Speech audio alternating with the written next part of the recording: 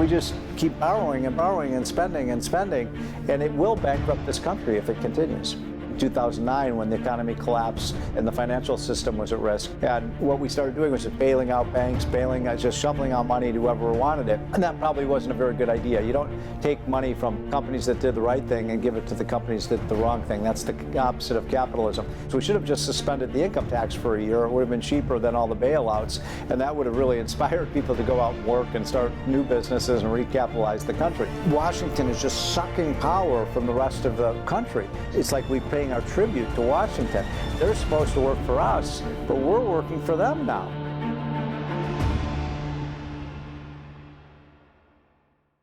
There are many things you can lose during a recession. During the Great Recession, or indeed the Great Depression, some people lost everything. The financial loss is immediate and clear. Less obvious is the loss of economic freedom and expansion of government that often accompanies efforts to address the problem. With us today on Fresh Look America is Stephen Moore, top economic advisor during the Trump administration and the author of GovZilla, How the Relentless Growth of Government is Devouring Our Economy and Our Freedom. Stephen, what is potentially at risk if we enter a deep recession? Well, people's livelihoods are at risk, obviously. As you quite correctly said, people's homes are at risk, people's lifetime savings are at risk. People, when the stock market crashes like it did in the first half of 2022, you know, the United States wealth and savings was reduced by $10 trillion. That's a 1 followed by 14 zeros. So an enormous reduction in people's lifetime savings and retirement accounts. I am worried about a housing bubble bursting and people losing their homes. Because the value of homes is going to go down, and that means the equity that people have in their homes is going to fall. And then usually if you have a recession, and I hope that if we have one, it's a soft recession, not a crash landing recession, you're going to have a lot of people lose their jobs as businesses contract, and a lot of businesses go bankrupt. And you know, small businessmen and women put their whole lives into building up these businesses. So it's a miserable situation when the economy starts to contract. And what's really frustrating to me is that the contraction of the economy we're seeing really is the opposite of what we should be seeing. If we had stuck with Donald Trump's policies, now I'm a little biased because I work for Donald Trump on the economy, but we would have the economy flying high right now. You know, COVID is behind us now for the most part. We've got our businesses reopened, people going back to work, people spending again. So there's no reason this economy shouldn't be really strong. And it's a result of almost every decision that Joe Biden has made on the economy, and I can't think of too many exceptions, has been exactly the wrong thing to do. How do you expect the government to react to it? If we have this recession, I think we probably are in a recession already, then I hope they don't panic. You know, it's really interesting because whenever the government panics and politicians panic, we oftentimes get really bad policy results. So I remember back in 2008 and 2009 when the economy collapsed and the financial system was at risk. And what we started doing was just bailing out banks, just shoveling out money to whoever wanted it. And that probably wasn't a very good idea. You don't take money from companies that did the right thing and give it to the companies that did the wrong thing. That's the opposite of capitalism. And then, of course, think of the way that we collapsed and panicked after the COVID crisis. There was no reason to lock down our economy for month and month and month and month and month. There was no reason. And we knew after a couple months that the states could handle this without shutting down businesses and restaurants and churches and stores and schools.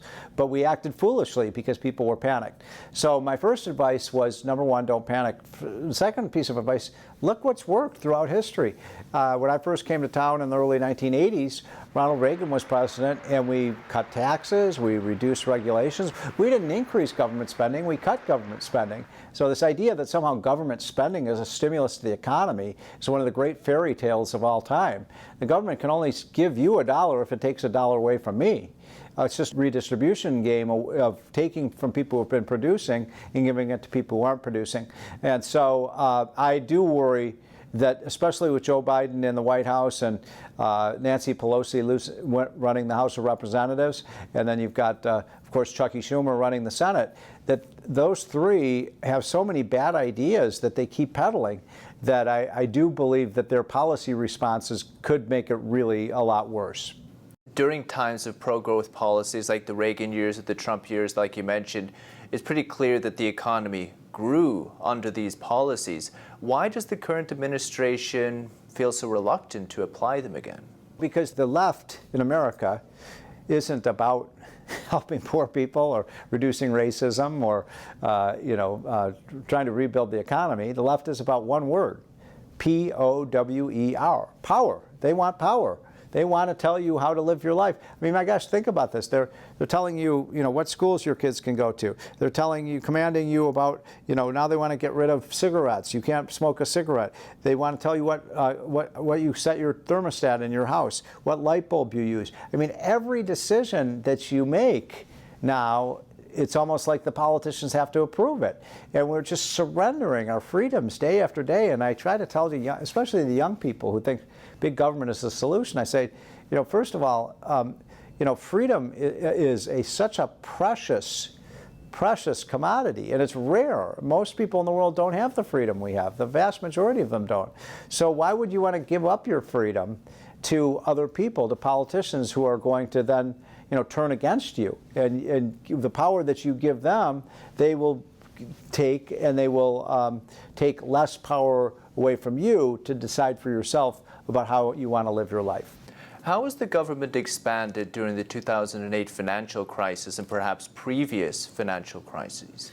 When the 2008 crisis hit, we made a lot of mistakes, and we started bailing out firms. We should have just suspended the income tax for a year. It would have been cheaper than all the bailouts, and that would have really inspired people to go out and work and start new businesses and recapitalize the country.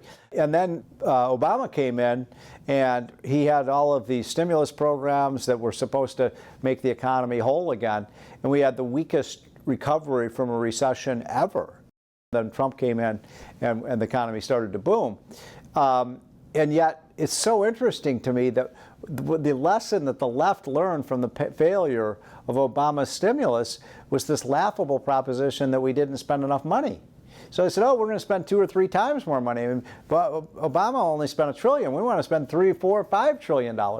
And they spent the first $3 trillion, and of course that's what caused the massive inflation. I mean, when you just shovel money into the economy and you borrow and you print money to pay for all of that, it's as clear as the sun rising in the east and sun setting in the west that you're going to have inflation. I'm just surprised that there were economists who were surprised about that result. And so what we need to do now is actually cut government spending. We have to have dramatic cutbacks in government spending to repair the economy. In your book, you mentioned a quote, "Don't let a good crisis go to waste."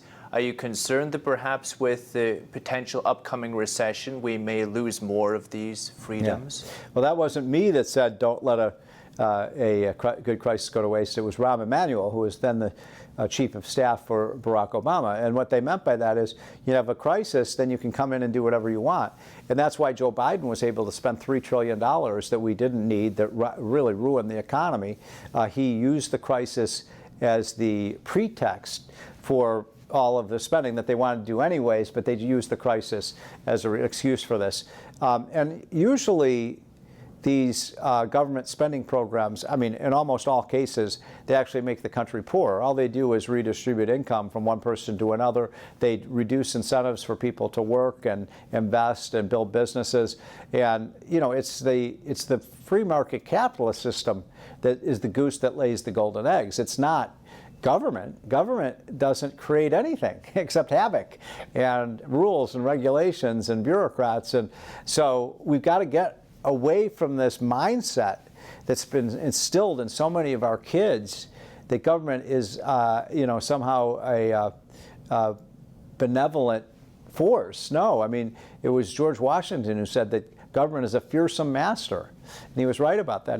Government is a fearsome master. And every time you give more of your power to politicians and regulators and government, you're taking away your own freedoms to do as you wish. And this country obviously was based on the concept of people having inalienable rights to freedom.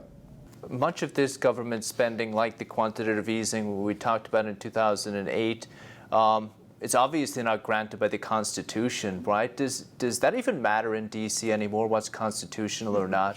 Well, this is a good question about, is there a constitutional authority for so many of the activities in Washington? I mean, the whole purpose of my book, which is called Govzilla, how the relentless growth of government is devouring our economy, and it really is. And so one of the things I point out is, the whole idea of the American Constitution was to really limit the spending and the power of the federal government. We were set up as a federalist country where the power would resist, as the 9th and 10th Amendments say, the power resides with the states and the people. The people, we're ultimately the sources of the power.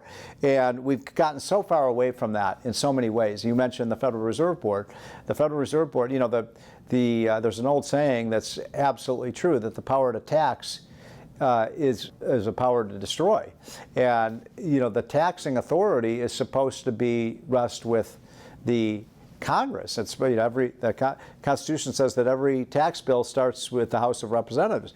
But by printing money, the Fed is essentially taxing us, right? And they don't have to go to Congress to get that done. So I regard that as an extra constitutional delegation of power. We have these regulatory agencies. We have about 30 regulatory agencies, the ABC agencies, the FTC, the CDC, the FTC, the FDA. I mean, I could go through all of these. And there are these little fiefdoms of regulatory authorities that are making these laws. And I'm like, wait a minute, who elected these people? Who elected the people in the FTC, or who elected the people in the FDA? And who elected the people in the Consumer Finance Board?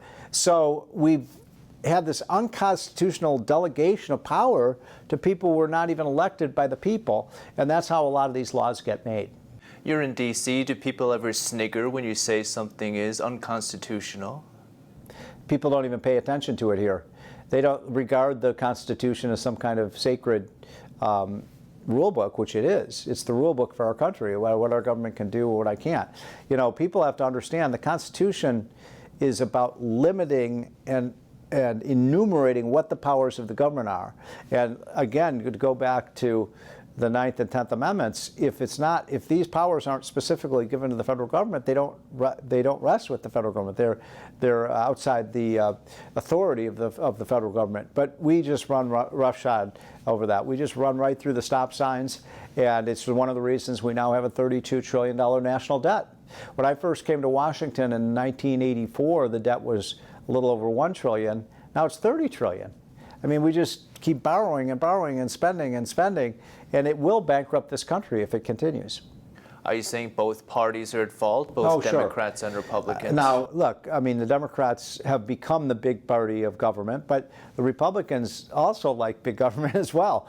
And so to think that just the solution to our problems is to elect Republicans, and I am a Republican, but I don't think Republicans are necessarily always the solution. It's really to have citizens rise up and revolt about what's happening, and then the politicians have to take notice. Again, we don't work for them, they work for us. And we've got this, in Washington, they've got this reversed. The politicians in Washington think we work for them, and it's the opposite. Do you think Americans have lost touch with the founding principles? Well, the more I'm involved in Washington policy and politics, the more I really appreciate the true, undeniable genius of our founding fathers and the system of government they set up that never had existed anything like this before, where the power did reside with the people, and we had a representative form of government. We're not a democracy. I hate this one. The Democrats keep talking about our democracy is in peril. We're not a democracy. The whole purpose of our government was to protect the rights of the minority. And why wouldn't minorities recognize that if you just make the will of the majority, then you're in big trouble? There's an old saying that, majority rule is just two wolves and a sheep voting on what to have for dinner, and so we have a system that is really designed to protect your freedoms. And we move away from that almost every day. I think our founding fathers, if they were alive today, they would be aghast at what has happened to our government, running these trillions of dollars of deficits, spending trillions of dollars of money we don't have, putting their finger in every single business decision, family decision, decision by individuals. It's almost like the government has become our commander. And that's the last thing that our founding fathers like George Washington and Thomas Jefferson and Ben Franklin and the rest envisioned. They envisioned America to be this special place on earth where you could come for freedom and you could live in freedom and you could build your own life and you could pull yourself up by your britches and no matter who your parents were. It was the first society that really was based on merit. The merit of what you do and your hard work and your entrepreneurial drive. That's the way it should be. If you take somebody like Benjamin Franklin, he was so frugal and so saving. Is there anybody like that left in D.C.? Yeah, well, Ben Franklin was a saver for sure. I mean, he was the one who said a penny saved is a penny earned. And we have moved away from a saving culture. And we've also moved away from a culture of self-reliance and self-responsibility. One of the things I noticed this fish rots from the head. When you have Joe Biden every single day blaming every problem on somebody else, I mean, he is the president. One of my favorite presidents was Harry Truman, who said, had a little placard on the desk in the Oval Office that said, "The buck stops here." Well, with Joe Biden, pass the buck. It's somebody else. It's the oil companies. It's the chicken producers. It's Vladimir Putin. It's Donald Trump. It's the generals in the army. They're the ones who are telling me to do this stuff. And so that's not leadership. that is basically passing the blame on and waving your finger at somebody else and not taking responsibility for your own actions. Do you feel this type of culture and way of looking at things has also maybe filtered through to regular America via the social welfare system? Are people less willing to be responsible for themselves? Well, I do believe, we're a very rich country in America, and we can afford to have a safety net so to make sure that no one goes hungry in this country, or no one goes homeless in this country, or no one is faced with severe deprivation. We have the resources to do that, but you want to make sure that while you're protecting the least among us, that you're not actually reinforcing bad behavior. We want everybody in this country to be successful, and so when you continue to provide all of these benefits to people and not expect anything in return for it. I mean, no parent would do that. I have 5 sons. I give them things, but they have to do something in return, for their allowance or for the food that we put on their table. And we've really installed this weird culture in this country now where everyone's entitled to everything. You're entitled to my money, and I'm entitled to his money, and it doesn't matter that I built something. It was like when Barack Obama said, "You didn't build that," to these business owners. Yes, they did. If a business owner comes up with a great idea, and he builds a company and he builds a product that never existed before, yeah, he built that. The government should have no right to tell him who he employs or how he makes it or what price he charges, all these things. That's the magic of the free enterprise system, that when you let these decisions being made by millions of Americans, hundreds of millions of Americans, it's amazing how well it can turn out. It's only when we turn the project over to 535 members of the House and 100 senators and the President of the United States that we see real problems with the direction of the country. In your book, you say that government spending is devouring our freedom. Where do you see that most strongly at the moment? Well, let's just look at the facts. I mean, people who take a look at my book, it's kind of a picture book. There's a lot of charts in there. You can see that back, when our country was founded, the government was very small, very small. There's a famous story of when they moved the capital from Philadelphia to Washington, D.C. It just took like 20, horse and buggies to move the stuff from D.C. from Philadelphia to D.C. into our new nation's capital. Now you couldn't even move, the Secretary of Energy's stuff out in 20 carriages. So you just have this massive growth of government. Washington is just sucking power from the rest of the country. It's like we're paying our tribute to Washington. They're supposed to work for us, but we're working for them now. And it's no accident that 3 out of the 5 wealthiest counties in America are in, Virginia. 2 of them are in the Virginia area of D.C. and 1 of them is in Maryland in the D.C. area, because when we don't produce anything in Washington, all we produce is lawyers, laws, regulations, and bureaucrats. And yet we're getting rich off of it. And how do we get rich off of it? Because we take money from the rest of the country and it comes here. So it's just a big fraud that's going on. And somehow the idea that making government bigger is going to solve our problems. No, it's making us less free, it's making us poorer, and it's eroding the very freedoms that made America a special place. How does a regular American oppose this trend?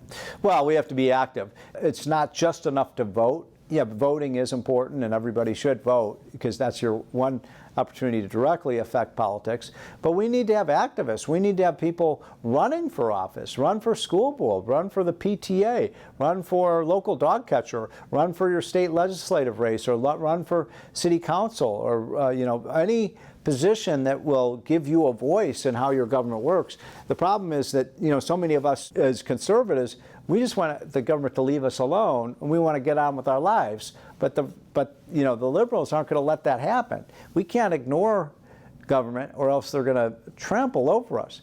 I mean, it's interesting. The high-tech companies, some of these big companies like Google and Microsoft and Apple, for years and years they didn't even have offices in Washington.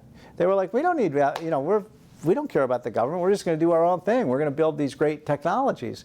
And then all of a sudden they realized, wait a minute, they won't leave us be. They're going to come after us. And so now they have to have lobbyists, and they have to have lawyers, and they have to have all these people representing them in Washington, D.C. And of course, that money that they have to spend on that is less money that they have to produce better products and to lower their prices and things of that nature. So it's just Washington's just this big sponge that's just absorbing so many of the resources of the United States workers and companies, but doesn't give us much in return. You had 4 years with the Trump administration. I know you're quite proud of your progress. How many years would it take to reverse what you've been talking about, the expansion of government? Oh, I think things can really reverse really quickly. And I think Americans are fed up with what's going on in this country, with the woke culture changes, with the idea that you judge people by the color of their skin, not the content of their character, the idea that people who aren't working could be making as much money as people who are working, the people that we should have taxes and punish our businesses that are successful. That's totally contrary to the American spirit. And I think I do see a big new rebellion going on in this country against wokeism, against big governmentism, and the kind of recessions that we're looking at right now because of bad government policies. Stephen Moore, thank you. Thank you.